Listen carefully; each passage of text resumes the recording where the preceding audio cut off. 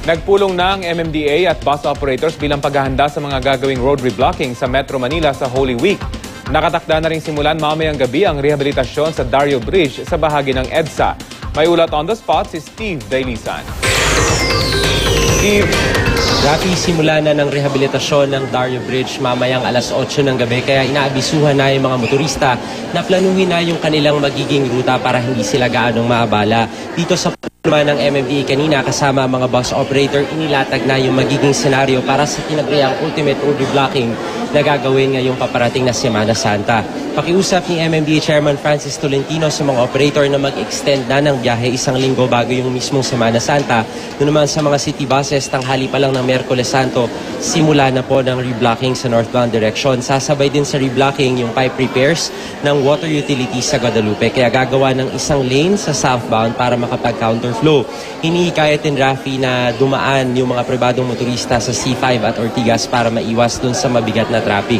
Ginarantiya ni Chairman Tolentino na walang mahuhuling out-of-line na bus kung iiwas dun sa road reblocking sa EDSA. Yung mga provincial buses naman na may terminal sa Cubao, sa likod na ng EDSA dumaan. Ngayon pa lang ay magkabit na raw sila ng mga tarpaulin at mamahagi na rin dapat ng mga leaflets para mabatid ng mga pasahero yung dapat nilang asahan. Samantala, ikinakasa na rin Rafi yung rehabilitasyon ng Dario Bridge na magsisimula nga mamayang alas 8 ng gabi.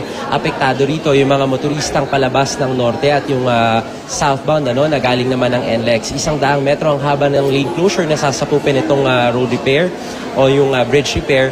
3 lanes ang sakop nito sa northbound direction. Ang ginawa ng MMDA ay magbubukas daw sila ng zipper lane para mapadaan yung mga light vehicles na panorte sa southbound direction. At yung mga mag-U-turn na sasakyan, imbes na 100 meters pa yung layo ng U-turn slot, ay ilalagay na rin dun sa malapit sa zipper lane para hindi masakal yung mga sasakyan panorte. Maaari naman daw gamitin yung bahagi ng Congressional Avenue, Pamindanao Avenue, dun naman sa mga papasok ng NLEX. Sa puntong ito, makakapanayam natin si MMDA Chairman Francis Tolentino. Chairman, ano ba yung dapat asahan at paghahandang dapat gawin ng mga motorista dun sa particularly yung mga madadaan sa Dario Bridge na kukumpunihin simula mamaya? Mamaya naman nakahanda yung mga tao natin at ang yung mga DPWH flagmen para asistehan yung mga motorista. Pero siguro ang malaking bagay dito yung information at familiarization kung saan sila liliko ng kanan at medyo slow down lang po yung mangyayari at pag nalampasan naman yung lugar, babalik naman sa normal speed. In-adjust natin yung U-turn slot pero malalaman natin talaga yung full impact nito bukas ng umaga sa rush hour. Karagdagang katanungan po, Chairman Tolentino, ang ating kasama si Rafi Tima mula sa studio. Magandang tanghali po, Attorney Tolentino. May mga signage na po ba dun sa mga alternate routes na pwedeng daanan ng ating mga motorista para maiwasan yung Dario Bridge?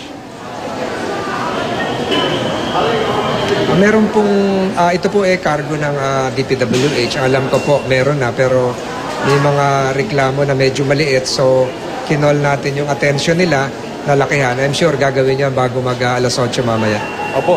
Mapunta naman po tayo dun sa ultimate road reblocking na binabanggit po ninyo. We understand hanggang Monday po after ng Holy Week yung mangyayaring road reblocking. So ano po yung asahan ng mga motoristang pabalik mula sa mga probinsya, lalo na yung mga galing ng norte? Yung galing po ng norte, walang magiging problema yun kasi kasabay po noon yung patapos na yung southbound ng EDSA. Pero just the same, may slow down ito dahil alas 8 ng umaga magbubukas lahat.